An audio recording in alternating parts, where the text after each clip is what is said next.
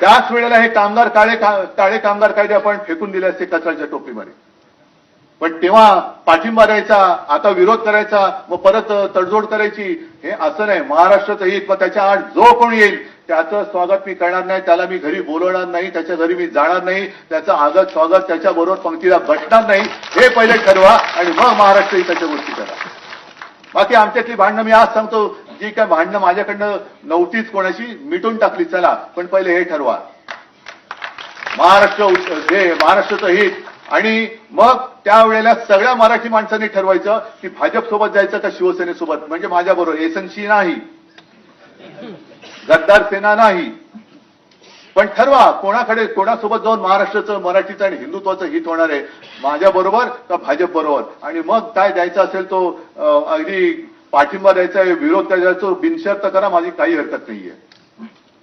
महाराष्ट्राचं हित ही एकच शर्त आहे माझी. पण मग बाकीच्यांना, या चोरांना गाठी बेटी आणि कळत नकळत पाठिंबा किंवा त्यांचा प्रचार करायचा नाही. ही पहिली शपथ घ्यायची छत्रपती शिवाजी महाराजांची आणि मग टाळी देण्याची हळी द्यायची.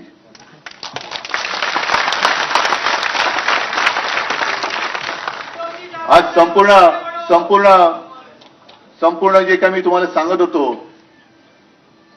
की महाराष्ट्राची संस्कृती मारली जाते आहे ना, मी अनेकदा सांगतोय, परत सांगणार. ही रामाची भक्ती आम्हाला भाजपने नाही शिकवायची.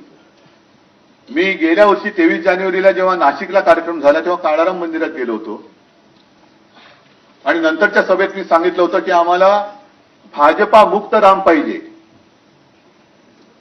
कारण नाही तर तेच होतंय, रामाला भेटताना तुम्ही कशाला बडवणसारखे मरे पाहिजे भाजपवाले. आम्ही आणि राम आमचं आहे ते बघून आमचं नातं आहे, तुम्ही कोण सांगणार आहे आम्हाला. त्याच्यामुळे जय श्रीराम आम्ही बोलू, पण तुम्हाला जय महाराष्ट्र, जय शिवराय, जय भवानी बोलावंच लागेल. तर महाराष्ट्रामध्ये राहा, नाहीतर तुमच्या कुठे घालून जायचं तर निघून जा. आम्ही इकडे मुंबईमध्ये, महाराष्ट्रामध्ये सगळे भाषिक गुण्या गोविंदाने नांदतोय. त्यांच्यामध्ये ताड्या घालण्याचे धंदे करू नका. जर तुम्ही आमच्यावरती सक्ती काही करण्याचा प्रयत्न केला तर ती सक्ती आज आम्ही जुगारून दिलेली आहे. हे आज मी जाहीरपणाने सांगतो. प्रेमाने बोलाल तर ऐकू, जबरदस्ती कराल तर लाथ घालून हाकलून देऊ.